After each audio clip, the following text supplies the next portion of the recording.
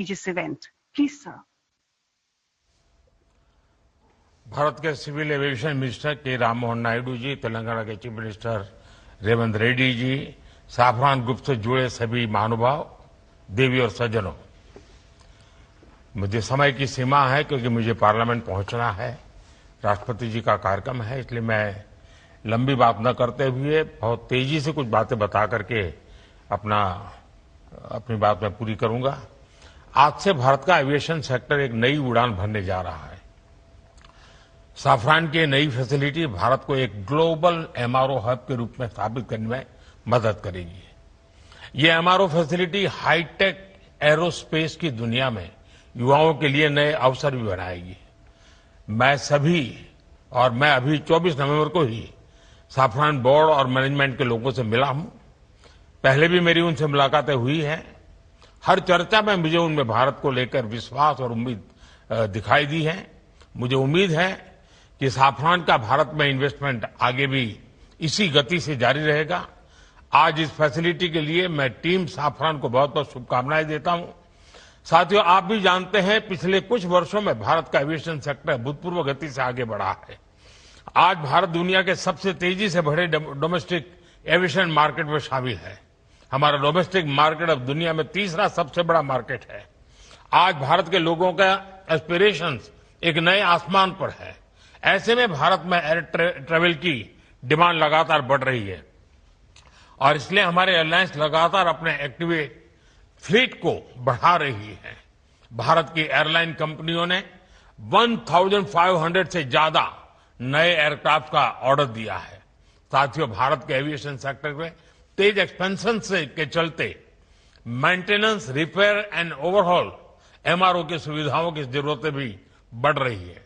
हमारा 85% एमआरओ का काम देश के बाहर होता रहा है।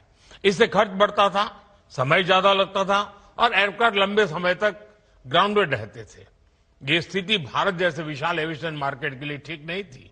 इसलिए आज भारत सरकार देश के दुनिया के एक बड़े एमआरओ केंद्र के रूप में विकसित कर रही है। अब पहली बार देश में एक global OEM deep level servicing की सुविधा स्थापित कर रहा है।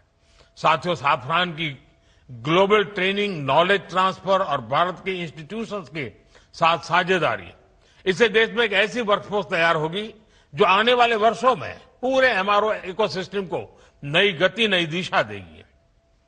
इस फैसिलिटी से देश के दक्षिण भारत के नौजवानों के लिए रोजगार के अनेक अवसर बढ़ेंगे और हम सिर्फ एविएशन एमआरओ तक सीमित नहीं रहना चाहते।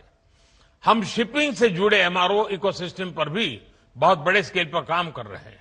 साथियों, हम हर सेक्टर में डिजाइन इन इंडिया को भी बड़े पैमाने पर प्रमोट कर रहे हैं। मैं साफरान की टीम से आग्रह करूंगा कि आप भारत में एयरक्राफ्ट इंजन और कंपोनेंट डिजाइन की संभावनाओं को भी एक्सप्लोर करें।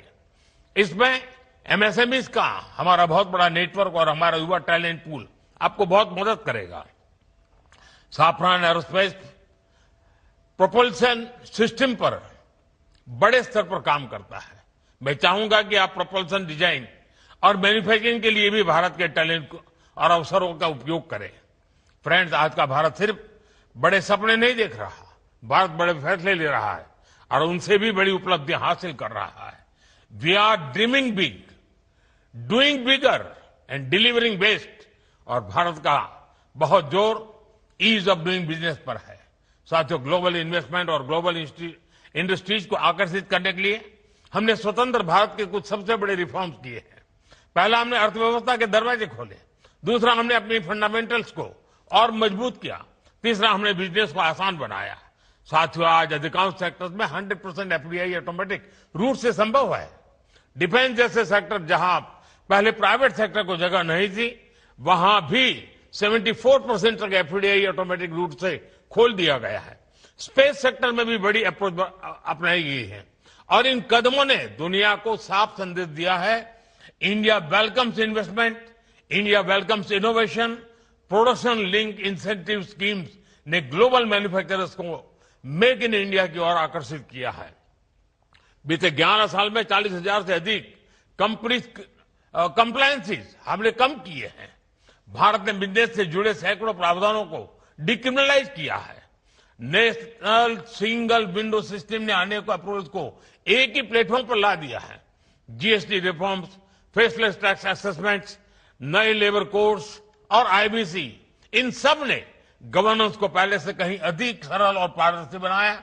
इन्हीं प्रयासों की वजह से आज भारत को एक ट्रस्टेड पार्टनर, एक मेजर मार्केट और एक राइजिंग मैन्युफैक्चरिंग हब के रूप में देखा जा सकता है।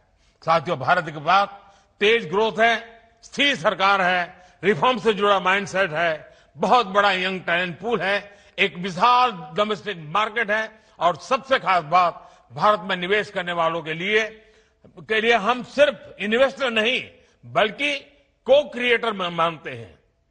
हम उन्हें विकसित भारत की जर्नी के स्टेक होल्डर मानते हैं।